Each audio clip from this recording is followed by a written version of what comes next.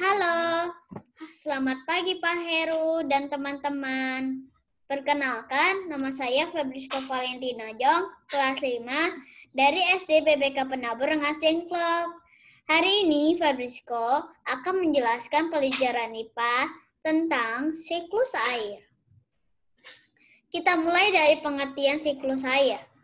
Siklus air atau siklus hidrologi adalah sirkulasi air yang tidak pernah berhenti dari atmosfer ke bumi dan kembali ke atmosfer melalui proses kondensasi, presipitasi, evaporasi, dan transpirasi.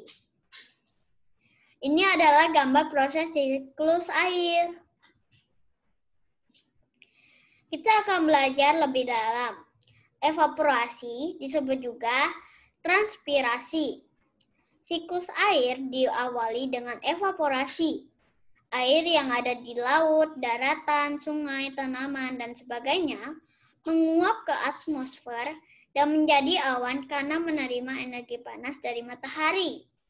Air berpindah dari hidrosfer ke atmosfer. Kondensasi. Proses di mana uap di atmosfer berubah bentuk dari cair. Kondensasi di awan dapat muncul sebagai awan atau embun. Kondensasi merupakan kebalikan dari penguapan, karena uap air memiliki tingkat energi yang tinggi daripada air ketika kondensasi terjadi. Kelebihan energi dalam bentuk energi panas dilepaskan, air yang telah berevaporasi akan menuju atmosfer.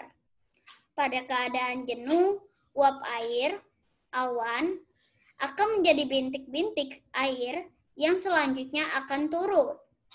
Disebut presipitasi. Dalam bentuk hujan, hujan salju, dan hujan es.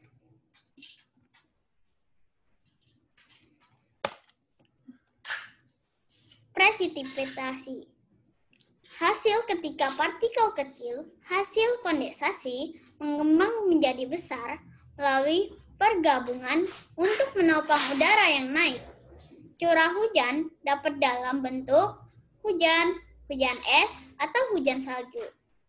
Ketika terlalu banyak air yang terkondensasi, maka tetesan air di awan akan menjadi besar dan berat untuk menahan di udara, sehingga jatuh sebagai hujan, hujan salju, atau hujan es.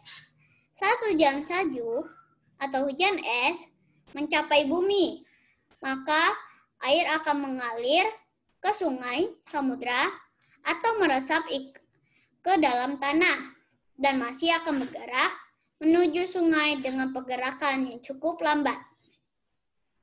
Runoff terjadi ketika curah hujan berlebihan dan tanah tidak lagi menyerap air. Sungai dan danau merupakan hasil runoff. Jika runoff mengalir ke danau tanpa saluran keluar untuk mengalir keluar dari danau, maka penguapan merupakan cara air kembali ke atmosfer. Infiltrasi atau disebut juga perkolasi ke dalam tanah. Air bergerak ke dalam tanah melalui celah-celah dan pori-pori tanah dan bantuan menuju muka air tanah. Air dapat bergerak akibat aksi kapiler atau air dapat bergerak secara vertikal atau horizontal di bawah permukaan tanah hingga air tersebut memasuki kembali sistem air permukaan. Ini adalah manfaat siklus air sebagai keperluan sehari-hari. Contohnya yaitu mandi, mencuci piring, mencuci baju. Kalau sebagai pengairan itu yaitu contohnya mengairi sawah. Sebagai PLTA, pembangkit listrik tenaga air, itu untuk menghasilkan listrik. Sebagai sarana transportasi, contohnya adalah kapal. Sebagai olahraga dan rekreasi, yaitu menyelam, mendayung, olahraganya, yaitu menyelam. Itu dia penjelasan dari sirkus air. Terima kasih sudah menjelaskan dan mendengarkan penjelasan dari saya. Terima kasih.